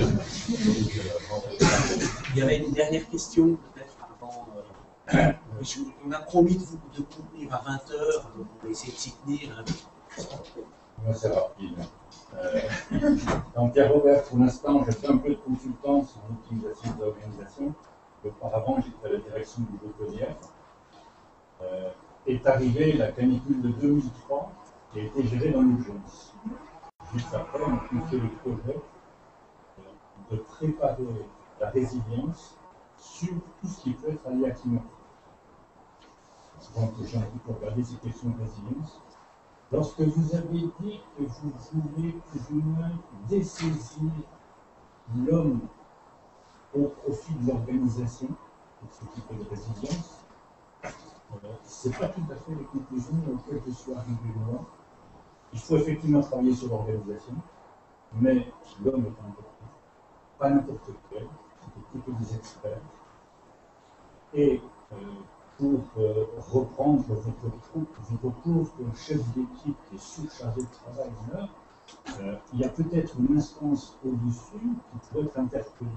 Et dans votre présentation, vous avez des hommes de terrain, l'organisation, j'ai pas entendu parler du top management de la direction. Alors, est-ce que dans Siemens, ces gens-là se sont désintéressés de vos travaux, ou vous ont poussé, et ils se sont un peu impliqués quand même? Excusez-moi, juste, je n'ai pas dit que vous faites des saisies. Et d'une certaine manière, l'expert, c'est. L'approche classique des risques, c'est de dire l'individu, la personne est auteur de troubles, et d'une certaine manière, parce qu'elle n'applique pas les règles. Donc il faut ramener les règles pour que vous faut assister sur les règles et sanctionner. On participe à, peut-être EDF participe aussi à la Fondation pour la sécurité industrielle, je connaissais peut-être, qui fait des formations au top management pour la sécurité industrielle. Et juste un exemple, ça répond aussi en partie à votre question, tu rentres dans le détail, mais lors d'une formation sur justement les questions d'alerte, etc., de signaux, de détection, il était demandé, donc tout des tas de top managers des industries à risque qui font partie de la fondation qui étaient réunis, et on leur disait, vous posez un cas simple, un opérateur ne respecte pas une procédure, que faites-vous? Ils avaient trois possibilités. Premièrement, vous sanctionnez. Deuxièmement, vous essayez de comprendre la raison du non-respect de la procédure. Troisièmement, tous ont dit sanction. Oui. Alors, c'est la première approche qui est de dire la procédure est forcément bonne, si l'on ne pas respecté, derrière, c'est ça qui va générer du risque. Quand on dit, on va dire, les experts, pour moi, on rentre déjà dans la notion d'organisation, c'est-à-dire que c'est plus l'individu lambda, vous voyez, c'est déjà un individu qui a une compétence, qui a une qualification, qui a une place dans l'organisation, dans la division du travail. Et donc, la notion d'organisation, c'est pas l'organisation rigide, vous voyez, c'est d'une certaine manière l'homme enrichi à la fois en termes de compétences, de collaborateurs, etc. Par rapport à Siemens, maintenant, c'est eux qui sont venus nous chercher, la direction, qu'ils étaient plus qu'appliqués. Ils ont été très impliqués dans les formations et puis dans le suivi de la thèse jusqu'au bout. Le graphique est quand même appelant. Cette direction, justement, on le voit, c'est tout bête. Et puis quand on voit le management, le projet de facilité management, c'est pas mal. Est-ce qu'il y a un lien avec ce que Non, je pense pas. C'est de la gestion d'affaires. Oui, en fait, non, facility management, c'est plus des services généraux. project management, c'est vraiment les chargés d'affaires qui sont en relation avec les clients extérieurs,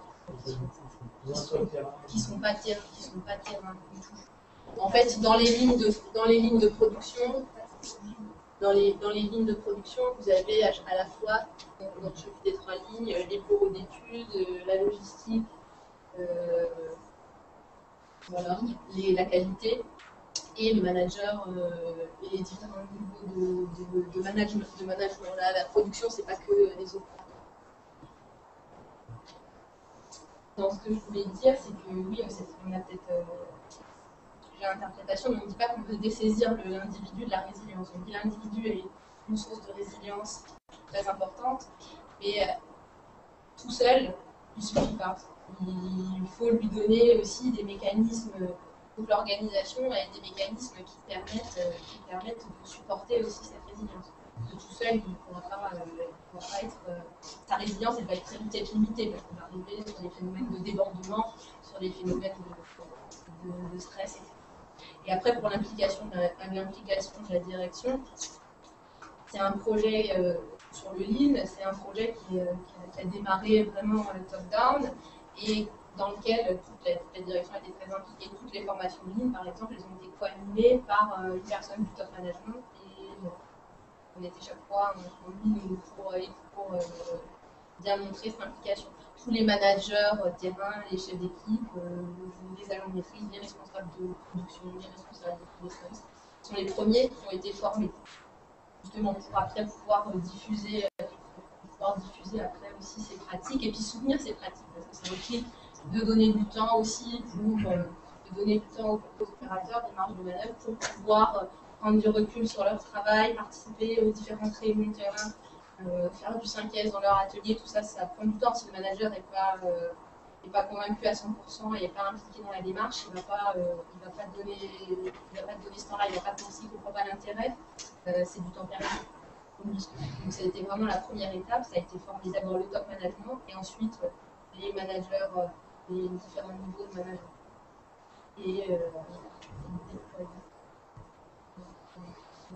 Et on voit qu'ils étaient pilotes de pas mal, beaucoup d'entre eux étaient dans l'équipe projet de déploiement aussi de la démarche. Ça, c'est une chose qu'il faut dire aussi. Je pense qu'une des raisons de réussite du travail de Valérie, tant sur le plan académique que sur le plan industriel, c'est la grande application chez Siemens. On avait à peu près 3 comités de pilotage par an qui réunissaient systématiquement le responsable de l'amélioration continue, le responsable qualité, le responsable de ressources humaines, le responsable du site de production, voilà. Donc management d'usine qui était présent, qui a toujours été dans une posture extrêmement constructive par rapport à la thèse, extrêmement intéressé, dans un échange permanent, soutenu, et franchement, c'était une qualité de relation industrielle remarquable. C'est quand même une des conditions de réussite, ça c'est quelque chose. Est-ce qu'il reste une dernière question? Moi, je voulais. La question, c'est. Vous avez pointé le sujet clé qui est le décentrement européen. Et qu'on soit expert, qu'on soit à la direction, et qu'on soit n'importe où, le mécanisme que vous avez décrit, c'est un mécanisme qui fait en sorte que l'organisation a un auto-décentrement sur le terrain. Parce que qu'on soit directeur ou spécialiste, les objectifs, et surtout les experts, ils ont besoin d'avoir conscience qu'ils sont subjectifs, c'est-à-dire qu'ils ont un regard limité sur les choses. Je pense que ce que vous avez décrit, c'est un outil de ligne au service de remettre cet esprit-là dans une entreprise et on a tendance tous à faire. Peut-être M. Bach, peut-il vous présenter? Stéphane Bach de la ST Microélectronique. Non mais c'est vrai que alors peut-être que c'est particulièrement fort aussi, on a des. Valérie vous l'a suggéré, on a un produit extrêmement complexe, un poussière, un col qui n'est pas mis au bon endroit, ou qui n'est pas assez étalé, le produit dysfonctionne, blackout. Donc, il y a quand même toute une série de dysfonctionnements qu'on découvre aussi, de causes qu'on découvre sur site, mais la vraie sous tension, on fait des choses parfois. Donc on a un produit d'une très grande complexité et on a des équipes extrêmement expertes, extrêmement compétentes, très centrées sur la personnalisation du produit, avec un vrai esprit, une culture de travail à la fin. Mais du coup, ça peut pâtir à la capacité d'articuler à l'ensemble de ces équipes. Sa question est d'arriver à articuler ces expertises et c'est un peu à ça qu'on a travaillé finalement. Effectivement, de centrer d'un expert, c'est réarticuler les expertises pour qu'elles puissent converger vers un personnage. Vous êtes en train de me dire qu'il faut remettre beaucoup de sciences humaines. C'est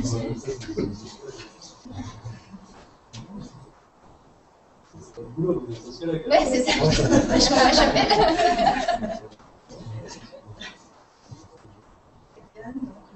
Je tiens à vous remercier tous, donc à remercier Valérie, Céline et puis Pierre Chevrier pour leur engagement dans cette première conférence, cette organisation. Je vous remercie tous pour être venus ce soir. Et si vous le souhaitez, on peut partager un verre et continuer ces échanges autour d'un verre dans la salle.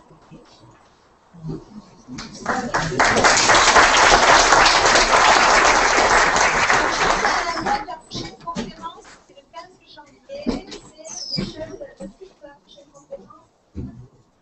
Ce sera sur Internet. C'est lui qui l'a fait, avec Stéphane. Le problématique de chaise.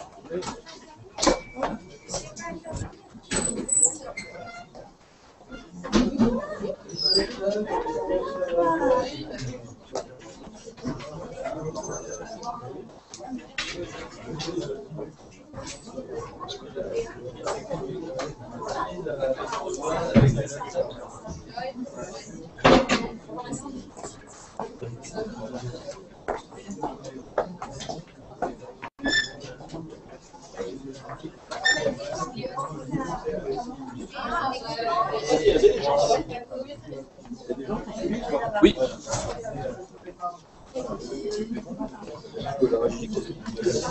Mais dans le but